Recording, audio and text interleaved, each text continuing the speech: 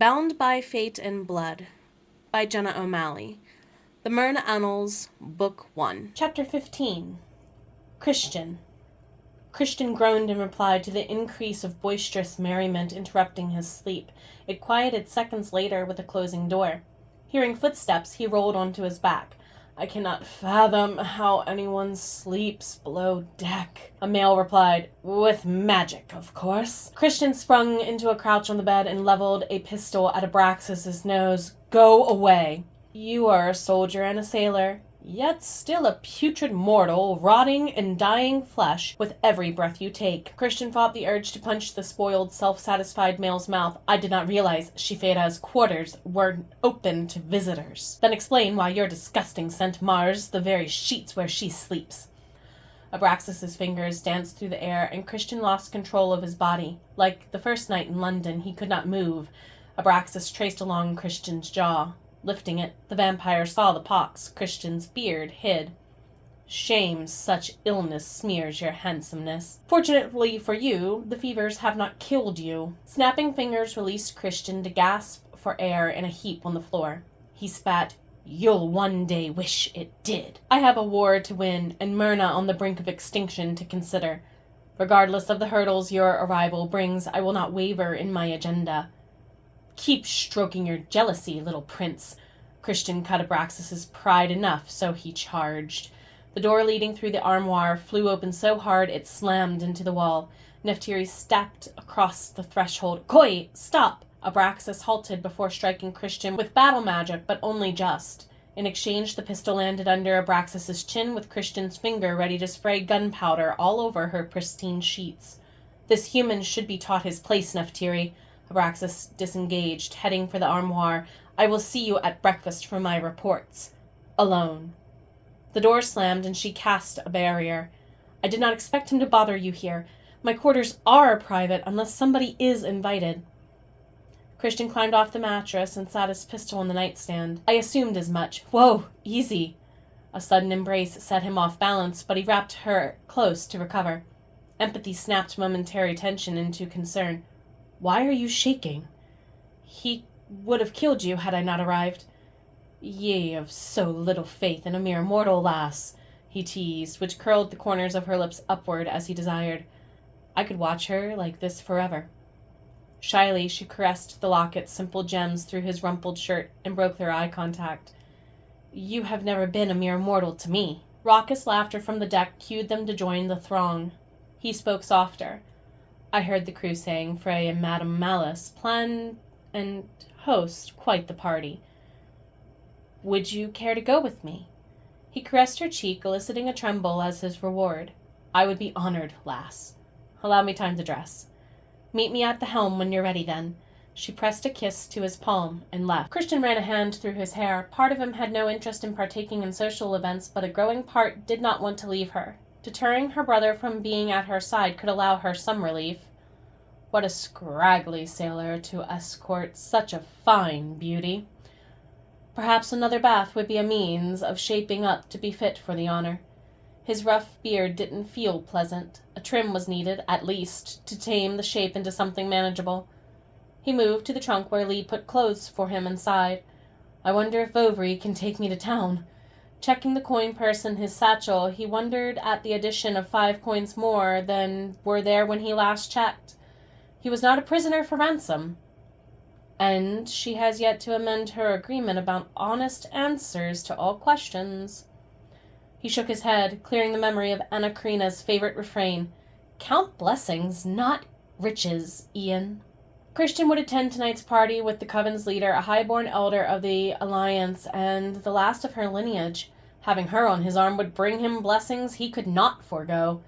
Therefore, he would rely on the ever-courtly gesture hammered into his head. The Baroness would be proud of me for cowing to her ways. Her ever-reaching shadow wouldn't cloud his night with Nephtyri. He had to know about their dreams. He forced back his rising excitement at the prospect of a goddess walking among her people at his side.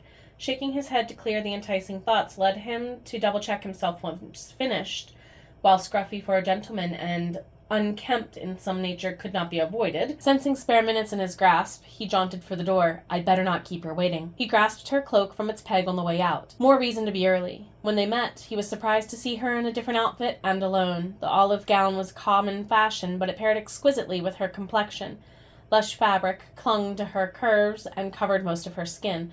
Still her hands rubbed away an incessant chill. You did try to warn me. Perhaps you will learn to listen, he teased with a pleased tone when she presented her back. Deft fingers tied the frock in place, and he smoothed the cowl to fan over her shoulders. She rotated in his embrace and adjusted his collar. Will you pick an outfit for me when we arrive on land, to assure I do not foolishly catch a chill? With that being the case, the least I, a lowly Mashiox Alaxaxus, can do for my Shefera is to ensure her safety against the cold. He bowed over her hand and placed his kiss to the pulse at her wrist. You are anything but lowly, Christian. Dramatic and humorous at times. Yes. He tucked her grasp into the crook of his elbow. Then allow me to escort you tonight. I would rather no one else. He tried a smooth recovery for composure. Guiding her to the main deck, mingled them into the throng. Is there any particular reason for this party? Half of my coven travels the seas with Malus. Covilius and the Raiders take care of the mainland.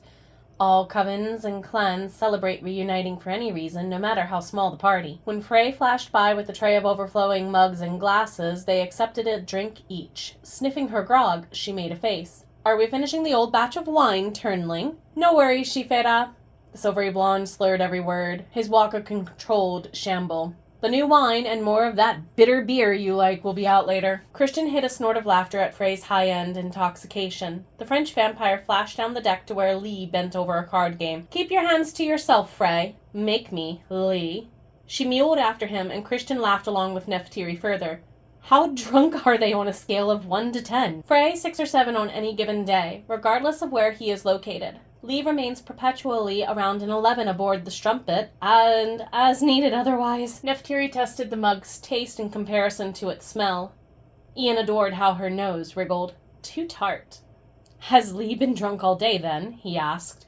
She appeared her normal self at lunch. She probably has been since before we arrived, Nephtyri replied. Malice is her favorite drinking partner next to Frey.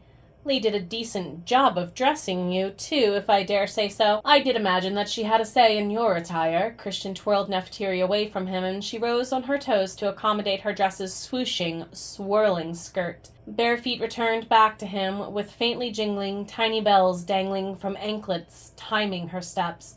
Lee made this dress for our first Unai Ankh celebration in London. Nephtyri curtsied to accept his silent invitation to dance by setting aside their drinks. Humans celebrate their new year in winter. We prefer a warmer celebration. His accent tripped over the words, syllables. Unai Ankh is coming. In a few weeks. Her lips rewarded the back of his hand with a kiss. Boxing his feet, he allowed Harumis singing in the crew's makeshift orchestra to dictate their flow and rhythm. A smooth transition into another song and dance invited him to dip her low. A blush painted her complexion and shied away into the high collar of her dress. The fluttering of her giggle tickled his ear once she returned to glide with him. I hope we can spend it with the other covens. Would my graceful and gracious Shifera permit me the first dance then, too? He enjoyed the touch of her skirts swooshing against his legs. Her ankles added to the music in each tiny step to match her airy gasp. If you teach Maria something special in the kitchen soon to share with us, yes. I imagine you have tried many dishes across the world. Drawing her in from a spin, Christian failed to realize that he did not step as far away from her as before. Colliding upon their embrace startled them. The pirate melody ended, rampant with cheer from the throng. Breathlessness made his mouth run dry, and he murmured, I have something in mind. Slow and quiet, Nephtyri replied. Maria could make it for the gathering's masquerade, yet another night of dancing for us to share? Perhaps. He dipped to kiss her hand, yet her sunset gaze captivated him. Cacophonous cheers ruptured their gazes apart, but he would not be deterred. Come with me. Wait, Christian! Dragging her to keep pace lasted a few seconds as she fell into step at his side. He took them away from the main bustle of the party. Pausing at the rear observation deck, he tucked her into his cloak after being struck by an icy spray. His thumb smoothed the spray's splash of sea foam from her cheek. May I ask a favor, lass? Of course. Promise me you will be less cryptic with your answers. So long as I can be honest in telling you who has a better one than I, or if I don't have to contrive a falsehood for lack of what I do not know. Do not look away from me, please. Christian, I'm here. Relax. You're safe. Whoever hurt your heart before, I am not them. He continued to stroke her cheek when she nodded without a word. She could have been a goddess for all he could fathom, and brave curiosity opened her reluctance into smoothing her hand over his. Her pain, her lack of rest, all of it slithered to the surface for a moment and disappeared into the peace she absorbed from the strength he pressed into her any way he could find. Lost in each other, he probed her soul and dipped to taste her cheek where the sea foam had been. A blush crept across it further.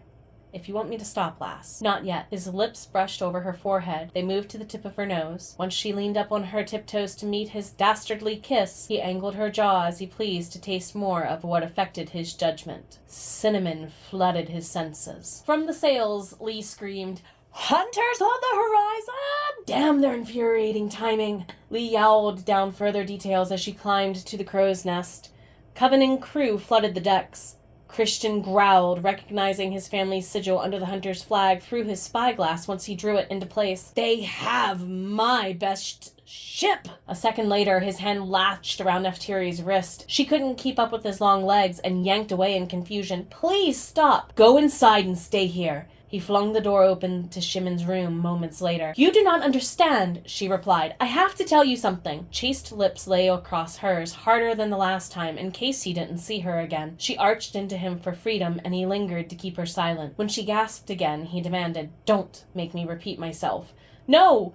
No! Listen to me, please!" She gripped his shirt, and his heart soared. "Tell me later, lass. Give me something to look forward to after the battle." Shushing her with another peck, he shoved her inside. "Creo, Shimon, seal her in with you."